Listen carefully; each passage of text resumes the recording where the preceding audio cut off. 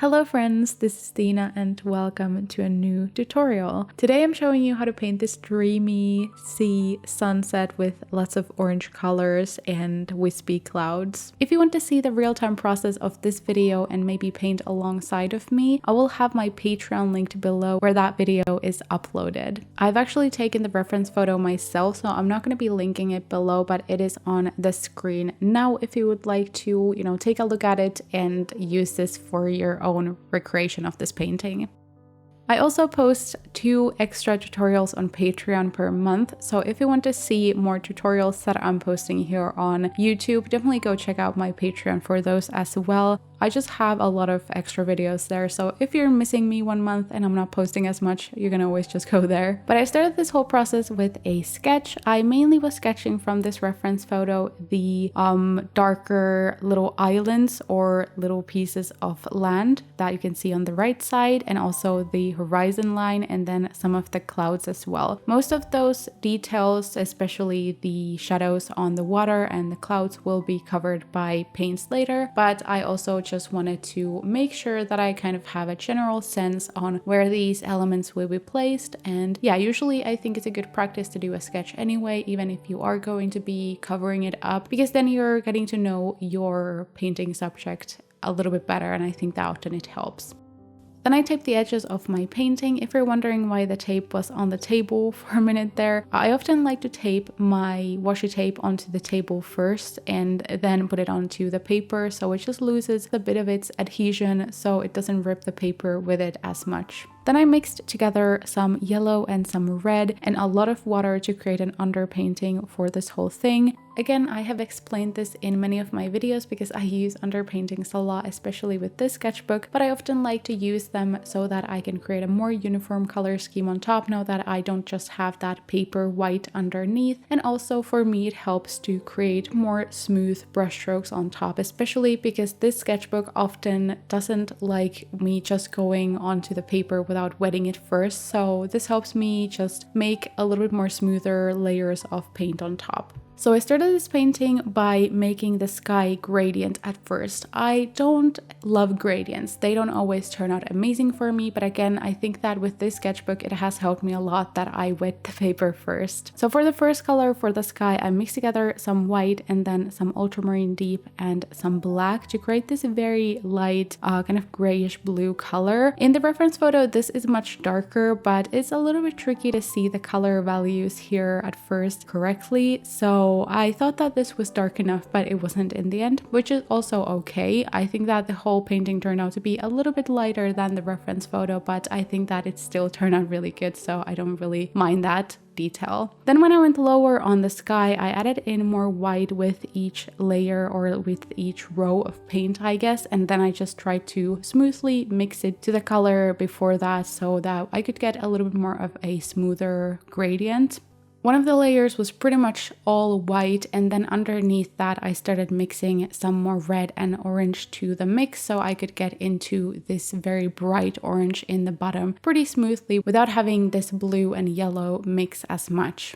Overall, I did not have to use as thick of layers here because I had that underpainting. I feel like if you're just painting on top of white, you might see a lot more streaks in the brush strokes, and also that white paint might just kind of, shine through your paints, so it might not look as smooth. So I think that it also helped here a lot. And I was just adding those colors onto that first mix based on that. And I just want to have this very vibrant orange in the bottom. And again, this is not exactly the color that it was in my reference photo. It was more of like this coral red, but I just went with this because I thought that it was also a little bit of a simpler color mix, and I think that it looked good anyway.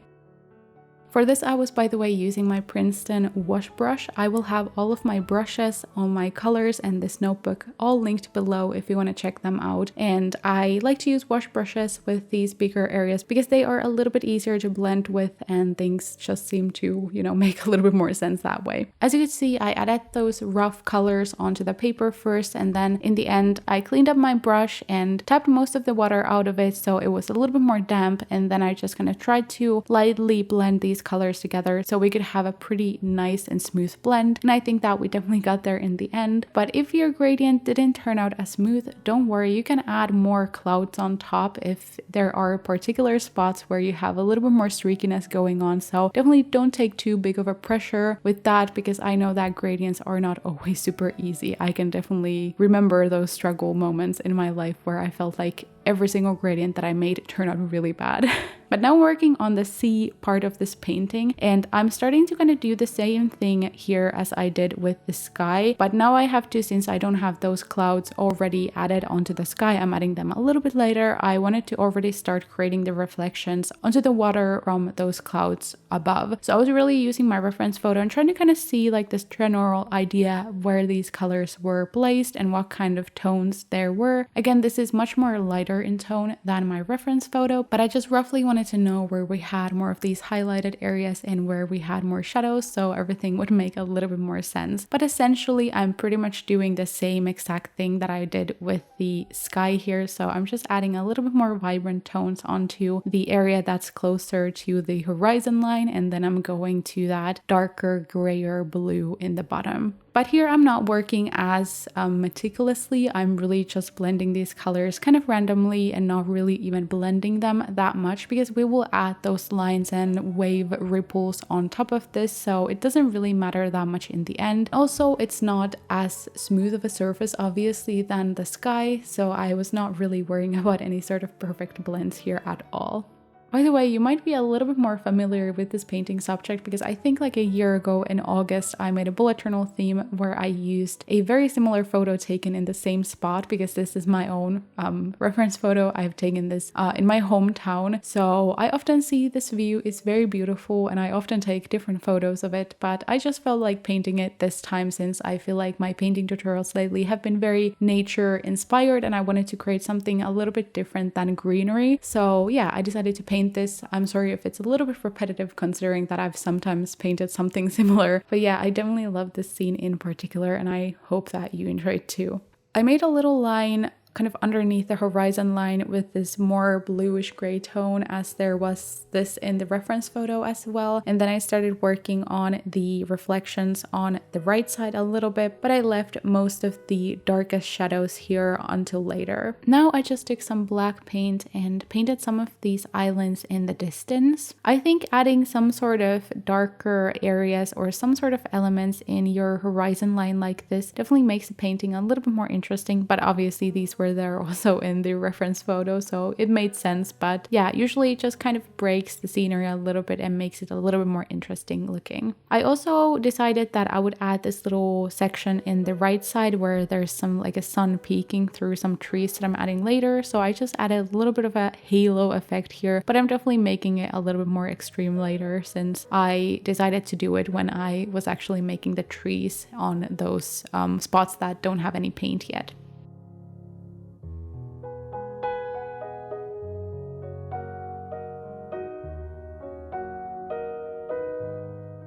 Now I mixed in some reds to that color that was mixed on my palette, that bluish gray, and I started creating some of the clouds on top. And I was just kind of playing with this color, seeing what looked good and kind of realistic and somewhat similar to the reference photo. So I was mixing some different colors to it until it looked good. I was just adding it onto the areas roughly where they were in the reference photo as well. And I noticed that after I added that color to my paper and just kind of blended it a little bit with my finger, it really made it look much more realistic. So I did this a lot near the edges of these clouds that I added, and yeah, I think that it just made them a little bit more wispy and realistic instead of just these random blobs here in the sky. I was also adding just a bit of black to the mix and just adding that color underneath some of the clouds to just create some shadows on them as well. Again, I was just using the reference photo, not exactly doing the same as in that one, but just using it to have a rough idea on what kind of shades we had going on there. I was also really struggling with this next color because there was this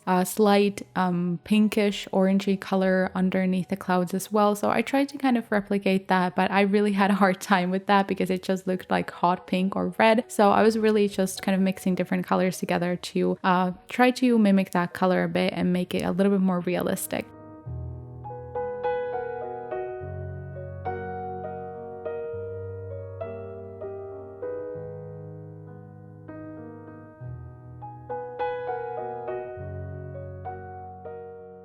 And also we had some more purplish orangey clouds on the right side as well. So I was just adding those little wispy clouds there with my small brush and just adding different kinds of colors together to kind of just again play with the colors and see what worked. It's kind of hard to list the colors exactly and, you know, give you the perfect recipe to get these exact colors, because it was never really that clear to me either. Oftentimes when I'm making paintings like these, or really any paintings, I'm often just like mixing different colors together and seeing what works and what looks good and what just kind of matches the vibe that I'm going for. So definitely play with your colors too. I know that if you're a beginner, it might be a little bit more hard to do that and work in a more independent way rather than following a tutorial or doing exactly like in a reference photo, for example. But it's definitely a lot of fun to start kind of thinking about that yourself and just seeing what works. And yeah, I think that is great that with gouache you can always cover a color underneath if it doesn't turn out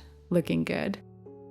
But now I wanted to add that lighter color onto the right side, kind of in the spot where I wanted the sun to be peeking through the trees. Again, the trees are not really there yet, so it's a little bit tricky to see what I mean. But I just wanted to make this little dot of white paint and then just kind of have lighter colors around it and just have this halo effect with this setting sun here. And again, I was really tweaking the colors a lot, and for a long time I really was just adding some darker and some lighter spots to the clouds and just adding a bit more of these wispy clouds here and there just to have a little bit more of a realistic look and more full look to the sky, because it was very minimalistic, even though it was like that in reference photo as well. But I think that overall the fact that everything was just a little bit lighter than in the reference photo, it just looked a little bit different from what I expected, but also it's totally fine. I think that overall it has these beautiful pastel colors and I definitely really enjoy them.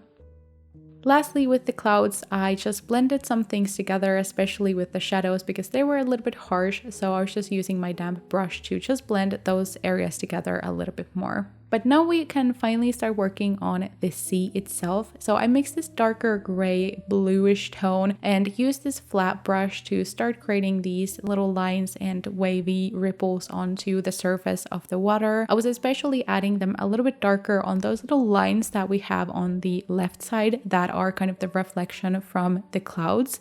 The reference photo had these as well, but I feel like in the reference photo the clouds might have been a little bit bigger. So I don't know if the perspective here works perfectly, but anyway, I think that it still made this painting look a little bit more interesting, that it had these more dramatic shadows in the water as well. I was mainly using that flat brush because it just created these nice, a little bit looser lines here, but I was also mixing it up a little bit and using a smaller brush, but I definitely went back to that bigger brush because I just felt like I was able to make those more unintentional looking looser lines here, and it just looked a little bit better that way. I feel like this is somewhat of a pattern in some of my videos lately, but I ended up losing a little bit of footage here when I made the rest of the lines onto the water. In reality, I actually didn't do that much more. I honestly just added some more longer lines to the bottom of the water just to have them go across the whole page so it would look a little bit more full, but overall I left the details pretty minimal with the water as well. I also didn't add any super dark shadows here, and I wanted to just keep everything pretty simple. Now I took my smaller brush and started creating some more of these ripples and little shadows and details underneath the areas on the right side where we still didn't have any color. I'm leaving these blank for this long because they really are just going to be pretty dark blobs of color pretty much, except the bottom one where we have a little bit of color variation with rocks. But overall I wanted to just leave them for the last part because I thought that it would be a little bit easier to work on the sea at first and just create the more detailed areas on top of that a little bit later. I was also extending that orangey color area a little bit more onto the bottom of the painting just so we can have some little highlights and some little reflections on the water from that orangey color as well. But I did not go too overboard. Again, I tried to keep everything pretty simple with this painting and I actually really like how it turned out. It wasn't that long of a painting process. I think that the real-time video that I have on my Patreon is about an hour. Obviously I lost some footage, so makes sense, but it wasn't that long and I really enjoyed this whole process. But now I took just black paint and started actually filling in those areas without color. So on the right side, we kind of have this land coming on top of the water. So I added that first, and then I added some more shorter and taller trees kind of around that sunlight that we added there before. And then I added some shadows of those said elements underneath the whole thing. So again, a very simple step, didn't do that much of anything. I was pretty much just working with these dark silhouettes and very dark shadows here, and just creating some little pieces of hay kind of onto the tip of that little island. And then I started working on the rocks on the lower right side. And again, these are very much in the shadow, so you cannot really see that many details in here, but I tried to use a little bit more water, especially when I was working with those a little bit lighter shades, so we would have some of that orangey color underneath just showing through a little bit and creating a little bit more warmth onto this spot. But overall, at this point, I was pretty much just adding the shadows first on these random areas. I was kind of outlining these different rock shapes here and painting around them with this darker color, and then after that I created a little bit more lighter gray tone and added it to all the areas that were uncolored, and then just blended those shapes together a little bit more so we would have this kind of cohesive spot that looked a little bit like rocks. Again, we are working on pretty small scale, so I didn't want to do anything that interesting and realistic. I was just adding some little details here and there.